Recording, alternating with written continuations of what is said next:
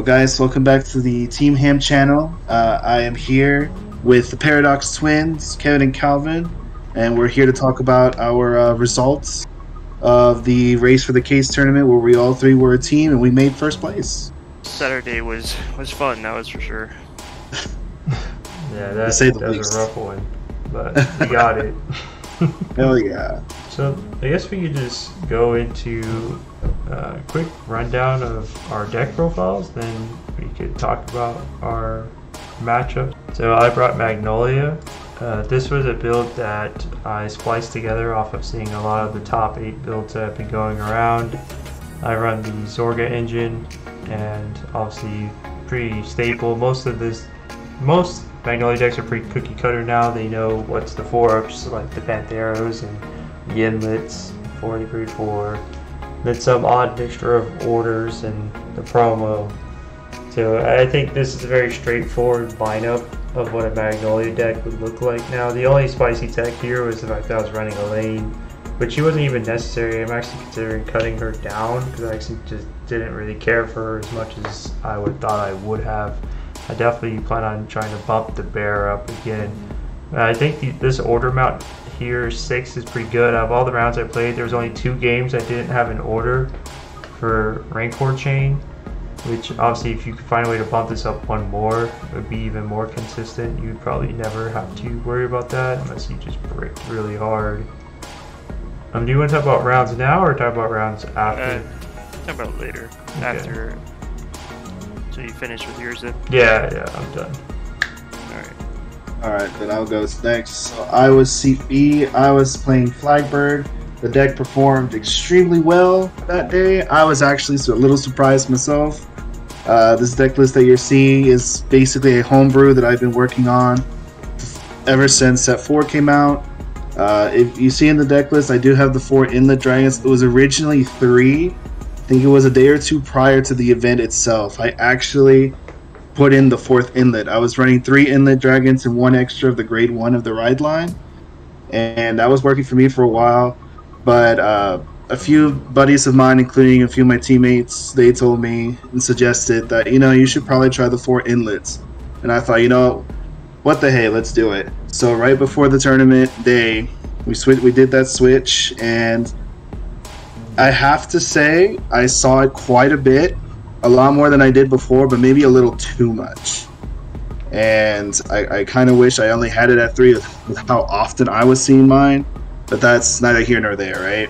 And then the other big cards I'm pretty sure you've noticed is the Maiden. We run the 3 Maidens just for the prison matchup. I have tried different versions of the deck. Every time I play it against prison, it just hurts. It would hurt every time. So I was trying to figure out a way to summon units from the prison without using too much resources, and the Maiden was just the answer for me. Funny enough though, we'll get into the tournament reports in a bit, but I actually didn't have to fight any Bright Gates, so she was a free discard for the ride line.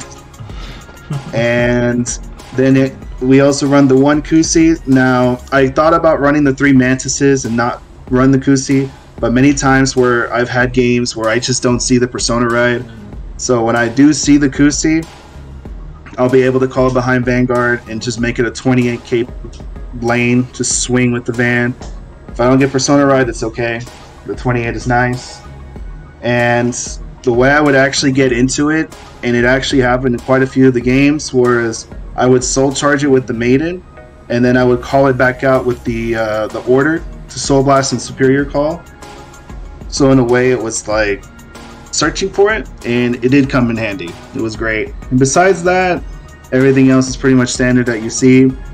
And I'm not a big fan of the Zorga ride line. I prefer Flagberg, so we went with that, and it was great. Great day. Alrighty. Well, to round it up, I was in Seat C with Baro, and my deck list here is actually the same one for the deck profile that will be coming up probably before this video. This is my own ratio build. I've never seen any Baro run the exact same ratios I'm currently running. I guess most people would consider this like a high roll to hit 15 build.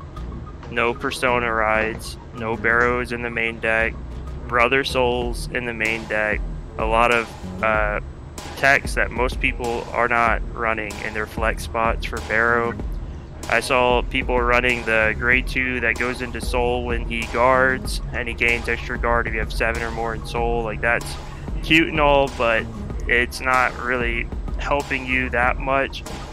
And I just would rather run more 2-up soul charging.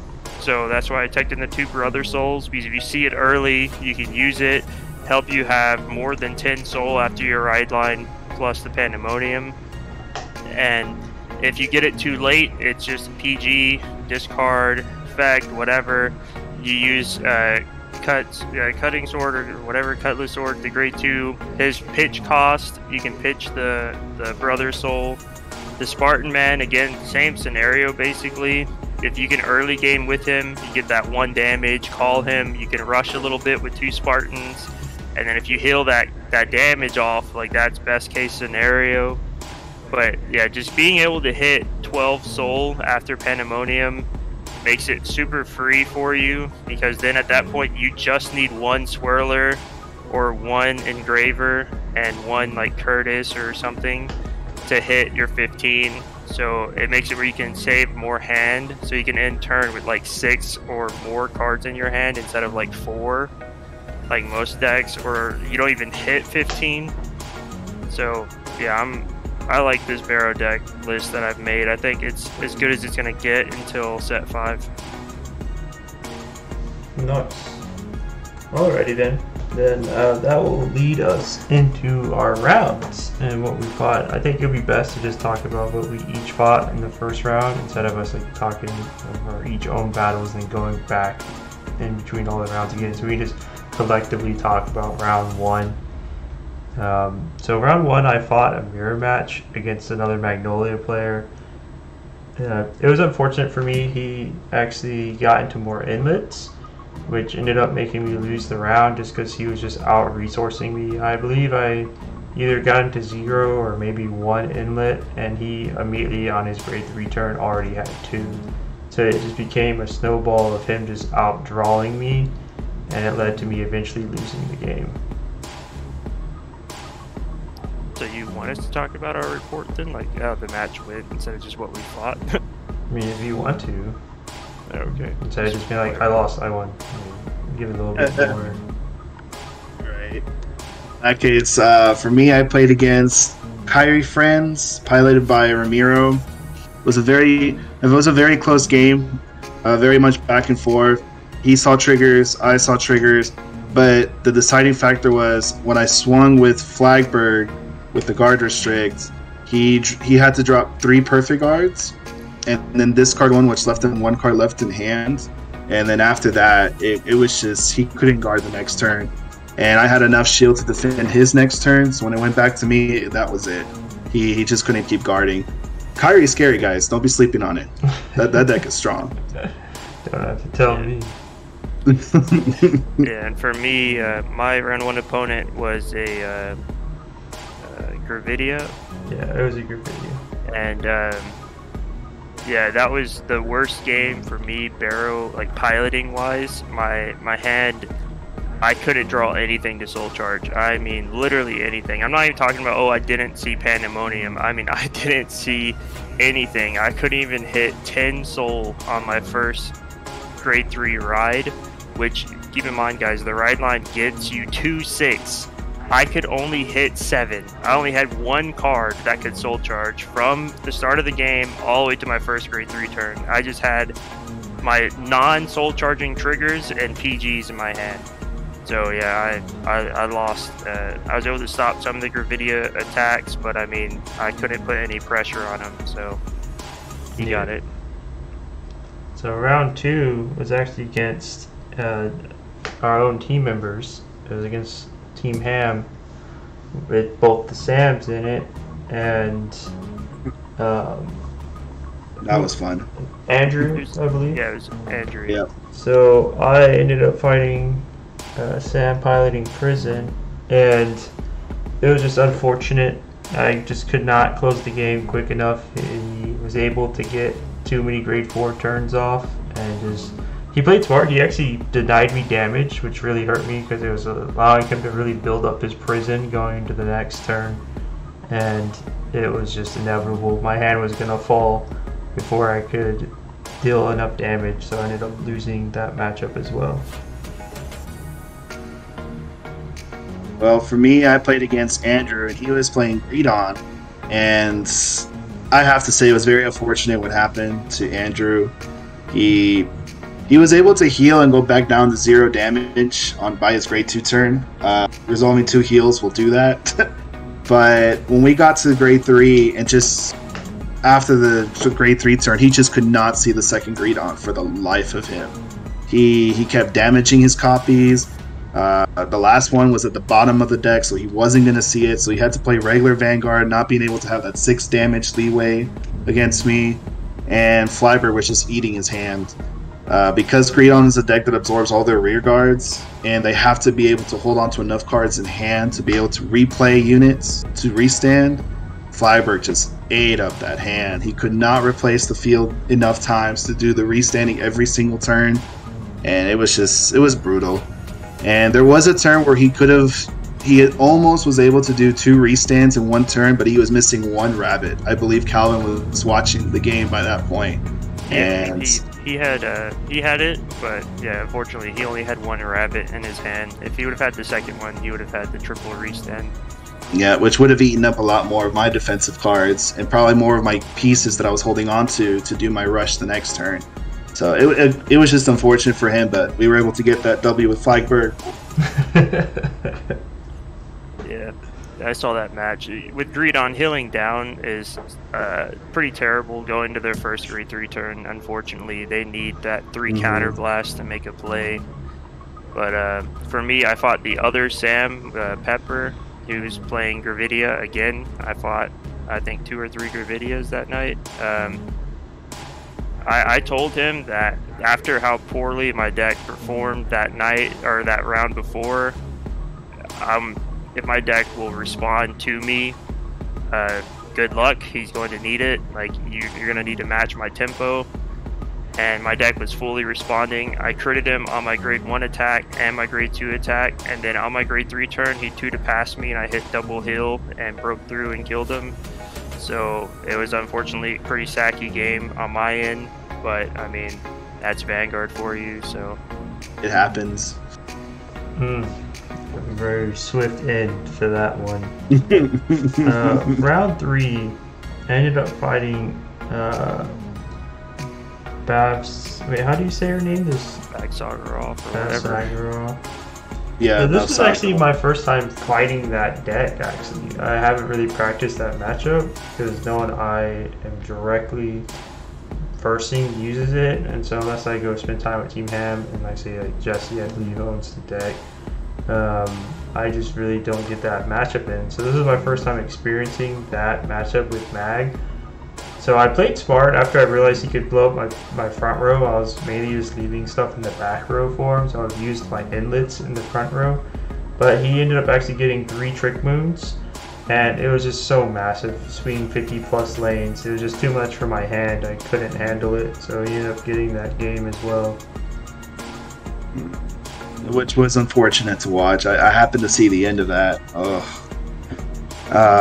For me, I had to play against Bastion, and the opposing team's Bastion player, you could tell he was a little bit newer to the game. I've seen him a few times at Infinity, and I don't think he's ever played against Flagberg before.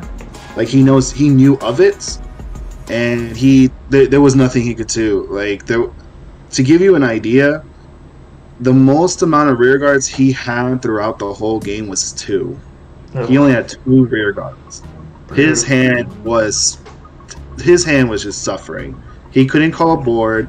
He just kept drawing. I believe he kept just drawing triggers, and I don't want to say he was guarding incorrectly, because what are you going to do when you don't have enough rear guards to work with? What do you do against Flagberg?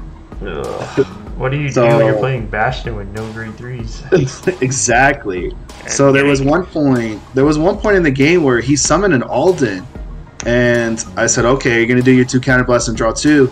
He just looked at me, shook his head, and said attack with Alden. I thought, oh my gosh, that's not good. And at the end of the game, he showed me his hand, and all he had left in his hand was a grade 4 Bastion, a grade 3 Bastion, and like another trigger.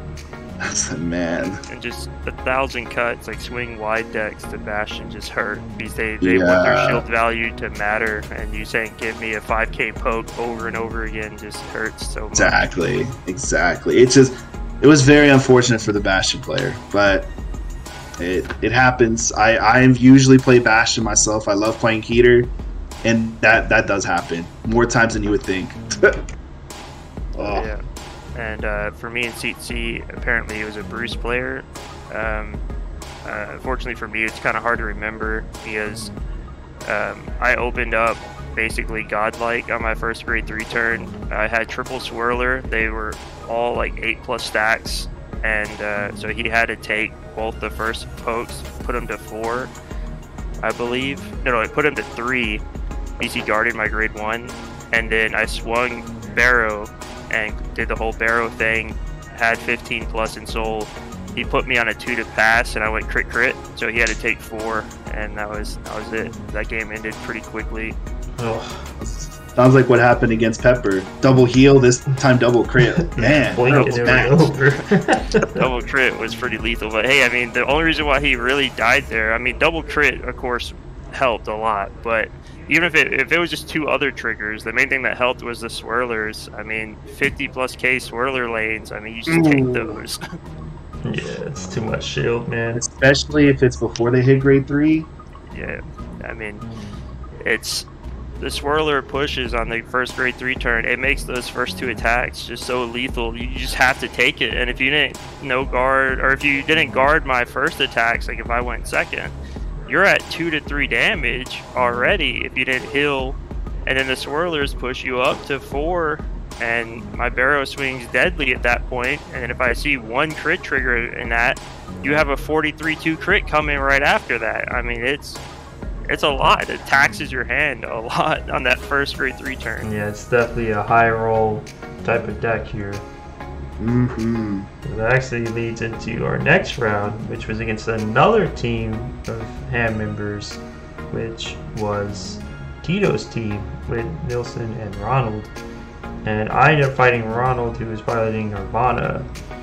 So the game was actually very back and forth. It was not very one-sided. He was pressuring me. I forgot the overdressed unit's name, the grade 3 that puts all the overdressed stuff underneath him, and he gains 5 for each, and he's a restand. Oh, that's the grade 4, Experidia. Oh, that's the grade 4, okay. So then he had the grade 4 that did that then. It was just crazy how massive that thing was swinging. That was definitely threatening to me. I did not want to see that card on the field. But luckily for me, I was able to pull it through. I can't remember too much the details of how I was able to swing the match right now. But it was a very close match, unlike what happened in top 2, which we'll talk about later. For me, I had to play against Nelson, the young wizard. He was playing Bruce, and it was a similar situation what happened to Andrew. So basically, we were seeing triggers back and forth. Shout out to Nelson. This man is a G. He survived 3 Persona rides of Flagberg. Would not go down. This boy did not see any of his Persona rides for Bruce because he doesn't play the grade 4. He does a more grade 3 focus. He saw no Persona rides. He saw no Hell Dive orders. But he was able to just keep swinging. He did not go down until he had 3 cards left in deck. Props to that boy. I thought he was gonna get me at some points in the game. Oh, it was so close. Yeah, I didn't get to watch any of the matches because me and Tito's match also went down to like the wire basically. At least for me, Tito had that whole match under control. Beat my first grade 3 Baro turn. I opened up pretty well. I had a big swirler lane and a nice little poke.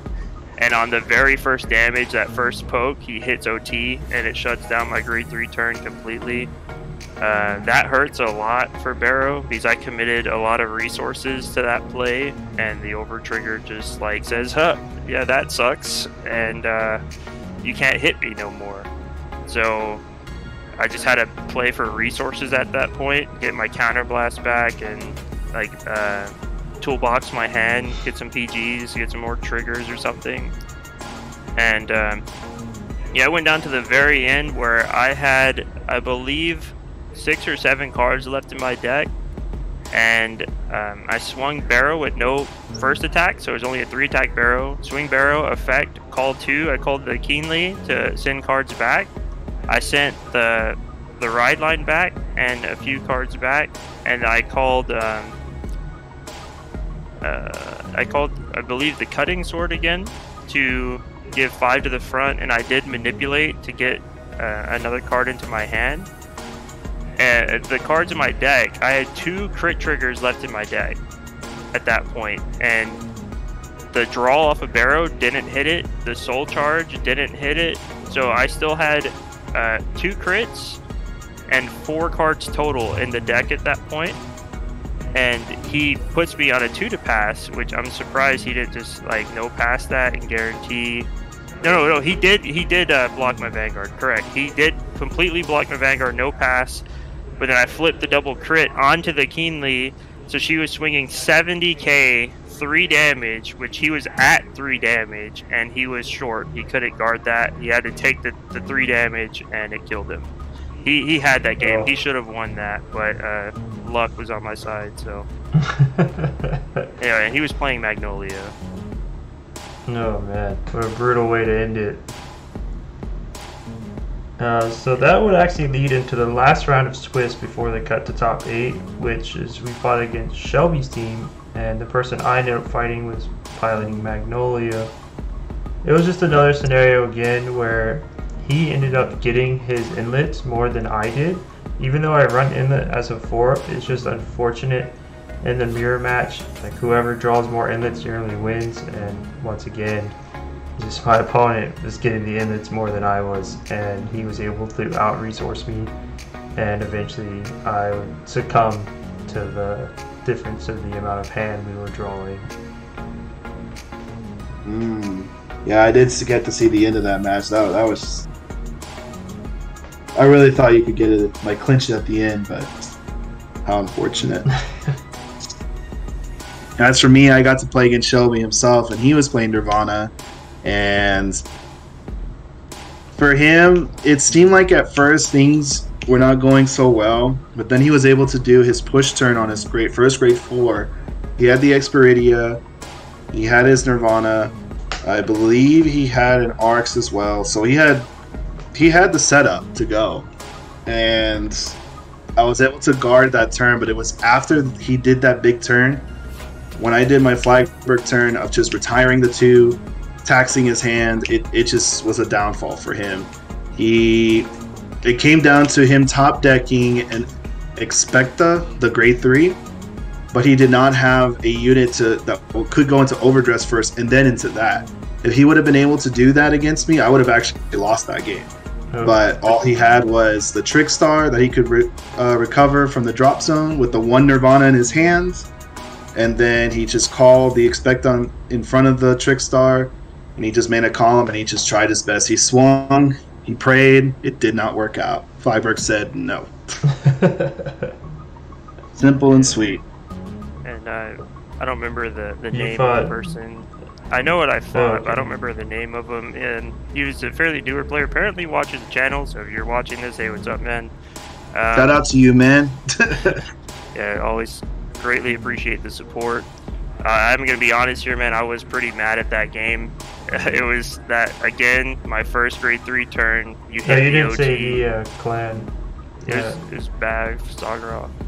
Yeah. He hit the OT on my first grade 3 turn was my big pressure turn. Another double swirler open, rips OT on first damage or second damage, whatever it was. And it hurts so much as the Baro player to see that. I would rather him hit like double heal there, because at least like I can still get some pressure and get some cards out, but it just lets him hold all of his hand at that point. and so it became a grind game. And he wasn't getting too lucky, actually. He didn't have like a bunch of trick moons, so his lanes were actually guardable. So I was able to survive his turns and start building somewhat of my own hand. But the problem was I was decking out. And when I finally got a Keenly into Soul and was able to use her, I chose to go greedy and only put a limited amount back because I knew I had triggers still in my deck. I didn't want to get them all out. See if I can repeat what I did with Tito. And unfortunately it didn't work out that time, so he got the game. I basically decked out. I mean, I believe he did 6 damage me, but I mean, even if he didn't, I was going to deck out. There's no way out of it. So that actually wraps up the 5 rounds of Swiss. We ended up going 3-2 as a team.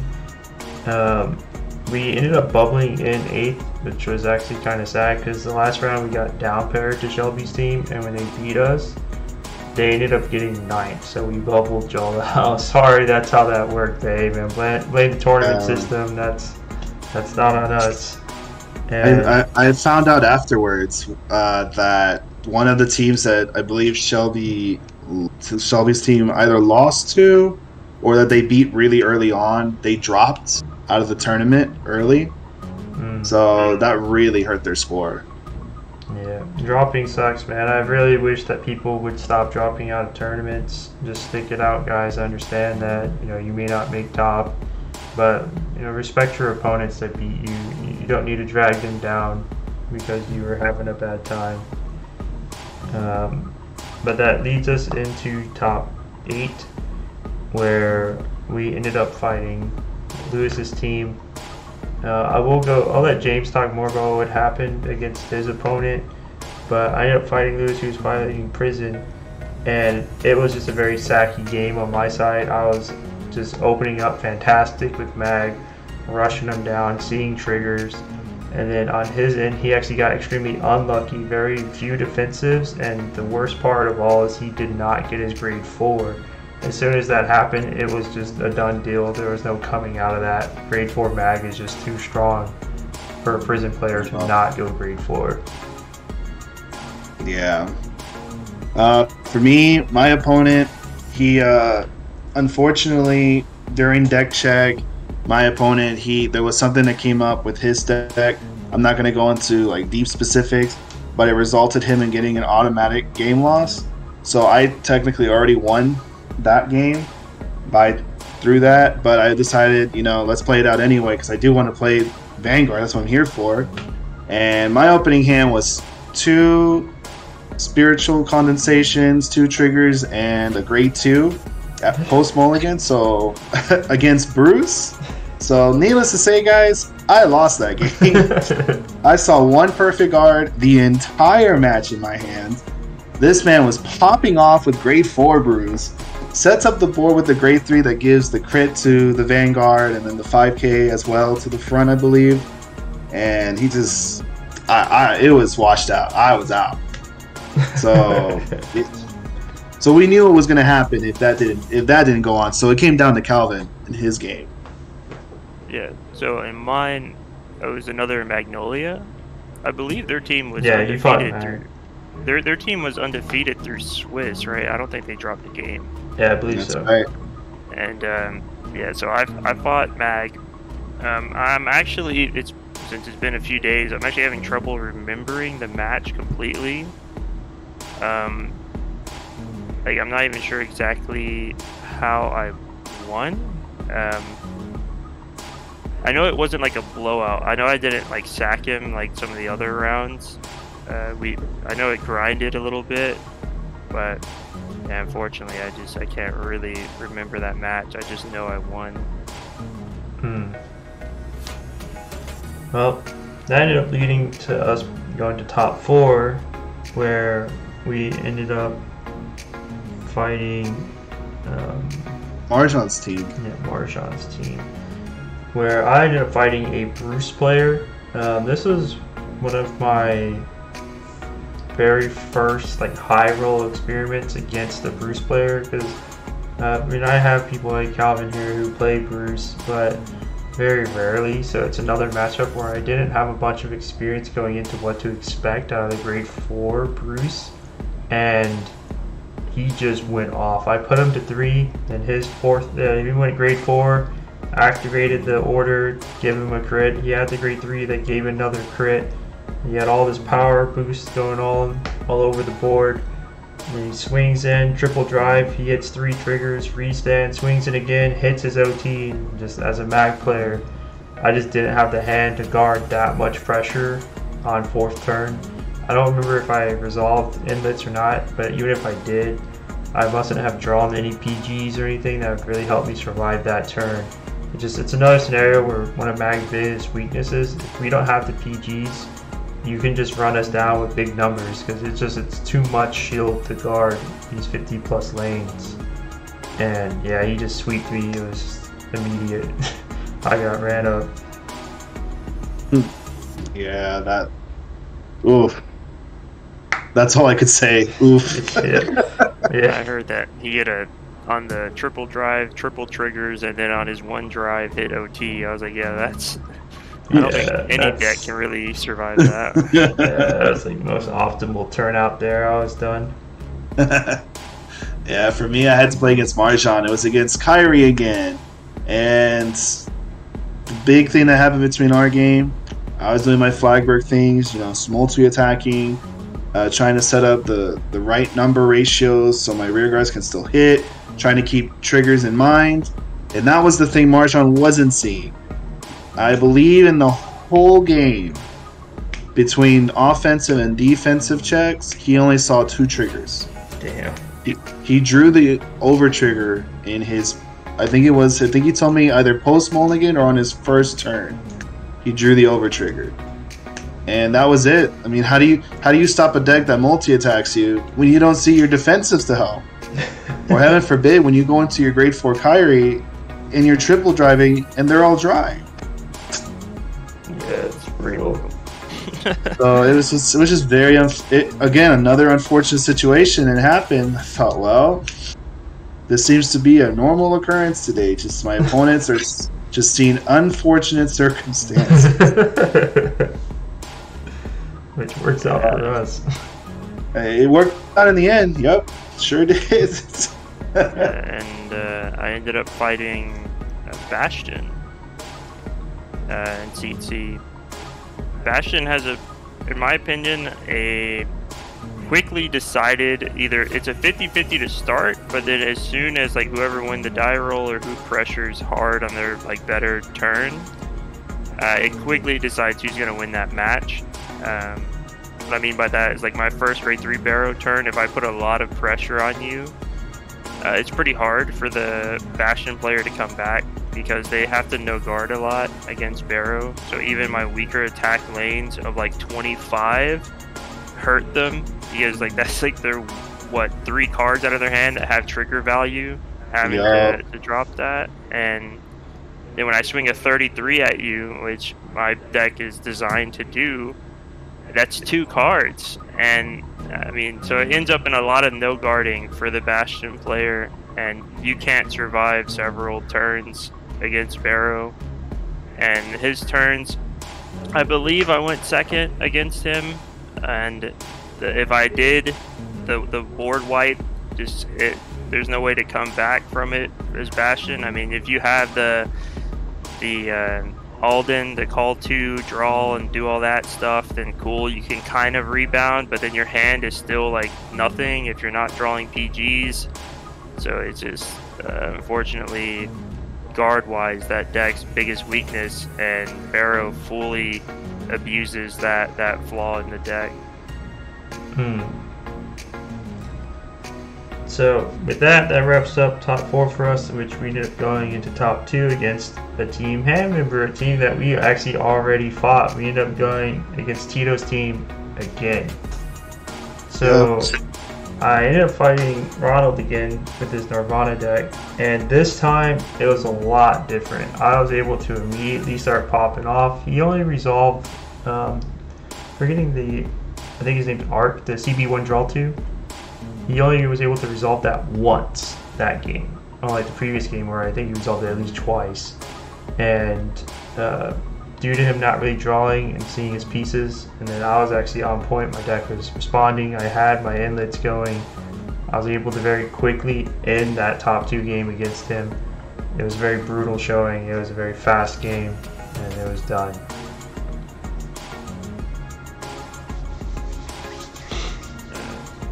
It's going to be you against Nelson. Yes, James is busy doing something. So to skip to me in Seat C, I fought Tito again, and this time it actually went in my favor. Tito didn't offensively hit the over trigger immediately on my first Baro turn, so I got my full value out of the turn. It put a lot of pressure on him. He didn't see inlets. I believe that's actually what happened to my top 8 opponent with Mag too. He was struggling to see his inlets, I believe. Yeah, so Tito again put in a situation where Baro PG checks you. You don't have PGs. It looks like he just disconnected.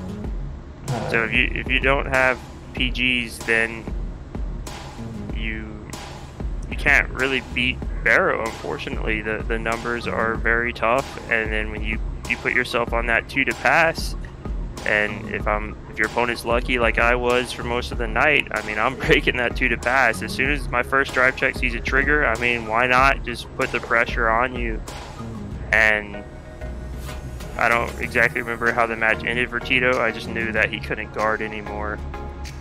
And just to wrap it up, since James is having some technical issues here, I'll just briefly talk about what happened. So he had to fight Nilsson again, who was piloting Bruce, and unfortunately Nilsson really had to go.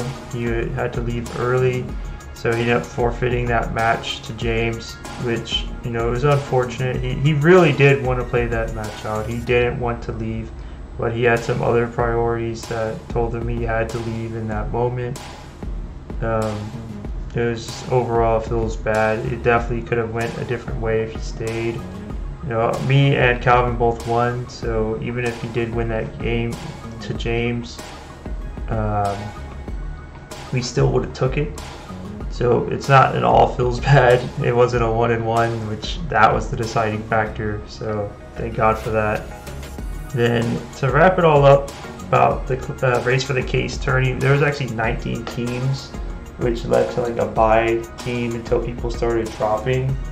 So overall, there was a big turnout. You have to imagine, you know, this is just a Houston locals type of tourney, 19 teams times 3.